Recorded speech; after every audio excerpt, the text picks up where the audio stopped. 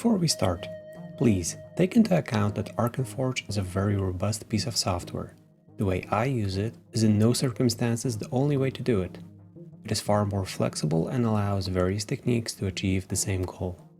Also, in these short clips, I focus on the map-making part of Arkenforge, but it is far more advanced with its own soundscape and encyclopedia models, and many more. I encourage you to experiment with the software yourself as much as you can. Hey, Team Marcel here. In this video I will talk about the importance of shadows and different tricks you can use to make shadows look a little bit more robust or just pop a little bit more. So what I have here is a map made most from Forgotten Adventures assets, I believe, although there are some Arkenforge and some Campaign Cartographer assets over here also.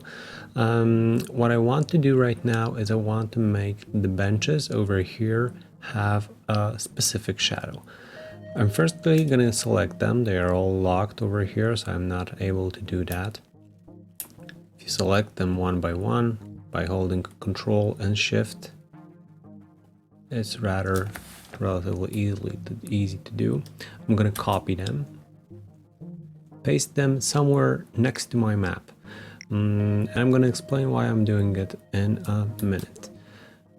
These are the same assets that I have over here. They're simply copied, although now I have free access to them. By holding Shift and multi-selecting, I can toggle the lock over here.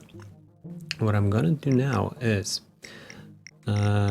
I did show you in one of my earlier videos that I have a whole set of shadow and light assets prepared for different occasions.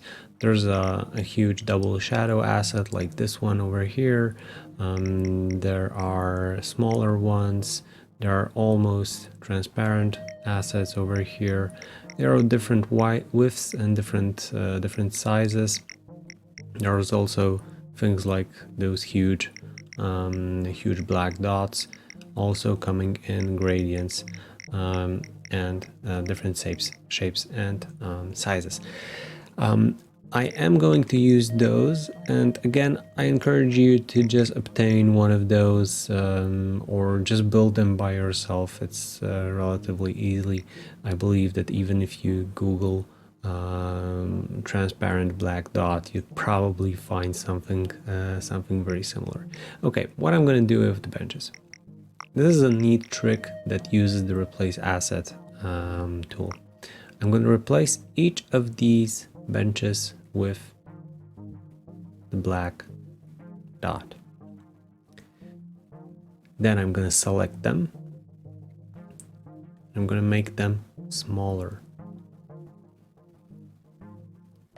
I'm going to push them using my hotkey F9 all the way to the bottom of the object layer.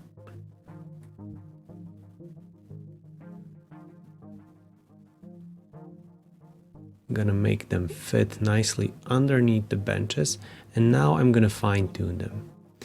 Now the benches, you can imagine that the asset itself is built horizontally, so the bench has an X and a Y axis. I want the black dots to be a little bit broader on the X axis and a little bit more flat on the Y axis. I'm grabbing the Y axis and making it smaller.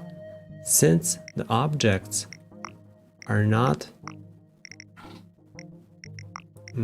since they are not locked in their scale entry over here, I can make the y-axis smaller without interfering with the x-axis. I believe this will be fine. Now I'm going to grab the x-axis and make it bigger. So you see I have 0.5 on the x scale and the y scale has 0.2. I believe this would be fine probably. Now I'm going to grab the corner and make the asset bigger in every direction. Now what this does is it makes the asset look more visibly appealing, I'd say. You can compare it easily over here while looking at these assets and these assets over here. Now, there is a similar, or maybe not similar, but there is a much shorter and easier method for this. If you have any asset, even if it's not an asset from Arkenforge, you can go into your lighting tools, shadow, and drop shadow on or off. I have this set as a hotkey for as I use it relatively often. If you go on, it will just reproduce the shape as a shadow. The shadows are now set in place. I think I have already lights over here. We can go down with the time of the day. And you now clearly see that these are visually more appealing and they are simply more interesting than the ones on the right hand side, at least in my opinion.